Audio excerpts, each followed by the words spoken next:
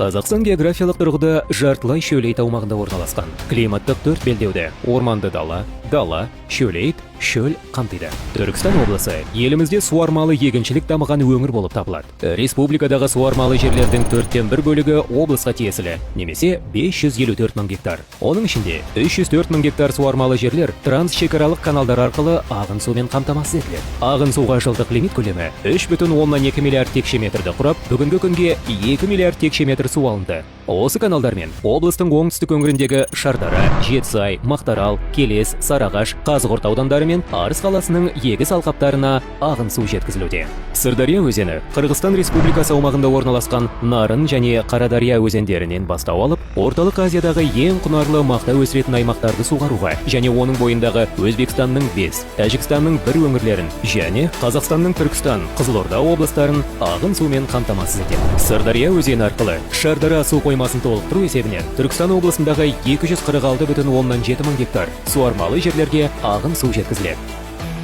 Шардара су қоймасы суармалы жерлерге ағын суды жеткізумен қатар, Шардара қаласының 32 мың халқын ауыз сумен қамтамасыз етеді. Қазіргі таңда 535 миллион текше метр су бар, толуы 10,2% құрайды. Су қоймаға былтырғы жылдың тиісті кезеңімен салыстырғанда келген су көлемі 2 миллиард текше метрден аз келген.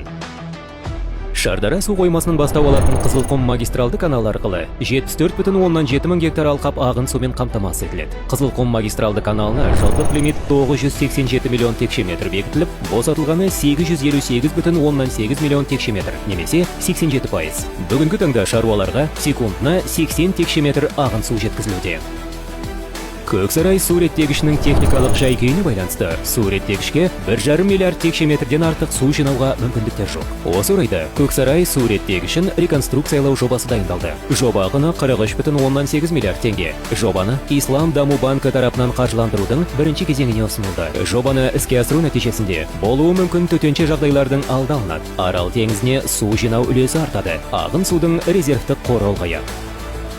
Трансшекаралық достық магистралды канал арқылы Жетісай, Мақтарал аудандарындағы 140 мың гектар алқап ағын сумен қамтамасыз етіледі. Магистралды каналдың жылдық лимиті 1116 миллион текше метр, алынғаны 677 миллион текше метр, немесе 70%. Бүгінгі таңда секундына 85 текше метр ағын су шаруаларға босатылуда. Үлкен Келес, Зах, Ханым магистралды каналдарына ағын су Өзбекстан Республикасы аумағындағы Шарбақ су қоймасынан бастау алатын Шыршық өзені арқылы жеткізіліп, Қазығұрт, Сарыағаш, Келес аудандарындағы 57,5 мың гектар суармалы жерлер ағын сумен қамтамасыз етіледі. Жоғарыда аталған трансшекаралық каналдар арқылы егістік алқаптарын тұрақты ағын сумен қамтамасыз ету шаралары атқарылуда.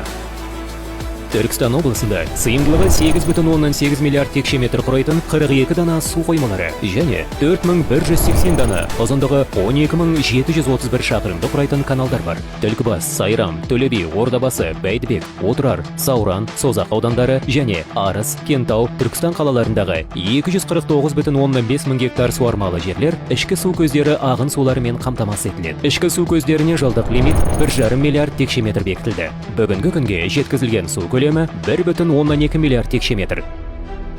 Облыстық меншіктегі су нысандарын күтіп ұстау, пайдалану және қауіпсіздігін қамтамасыз етуді облыс әкімдігінің жанынан құрылған Тұран су коммуналдық мемлекеттік кәсіпорны жүзеге асырады. Бүгінгі таңда кәсіпорын теңгерімінде стратегиялық маңызы бар 22 су қойма, 3 су торабы, 3 магистралды каналы және 107 ішкі шаруааралық каналдар, 1 әкімшілік ғимараты, 3 өндірістік базасы, 81 дана арнайы техникалар бар. Кәсіпорында 439 жұмысшылар еңбек етуде. Кәсіпорынның теңгеріміндегі бөген су қоймасы арқылы 67,8 мың гектар суармалы жерлер ағын сумен қамтамасыз етіледі. Осы суармалы жерлерге дақылдардың үлестік нормасына сәйкес ағын су қажеттілігі 644 миллион текше метр болса, жыл сайынғы орташа босатылған су көлемі 468,4 миллион текше метр, немесе 175,6 миллион текше метр су жетіспеушілігі бар. Аталған су тапшылығы мәселесін шешу мақсатында мемлекет басшысының жаңа бөгеттерді салу және су қоймаларының құрылыстарын жүргізу тапсырмасына сәйкес Бәйдібек ата және Боралдай су қоймаларын салу жобалары әзірленді. Жобалар толық іске асқан жағдайда бөген су қоймасына қосымша 113 миллион текше метр ағын су жеткізілетін болады.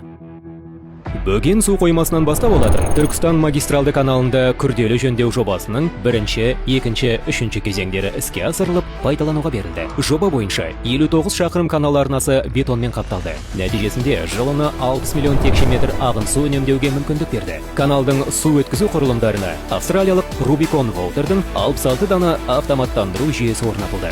Облыстағы тозығы жеткен республикалық меншіктегі 157, облыстық меншіктегі 120, жалпы 277 дана су нысандарына болжамдық құны 680 миллиард болатын жобалық сметалық құжаттамалар әзірленуде.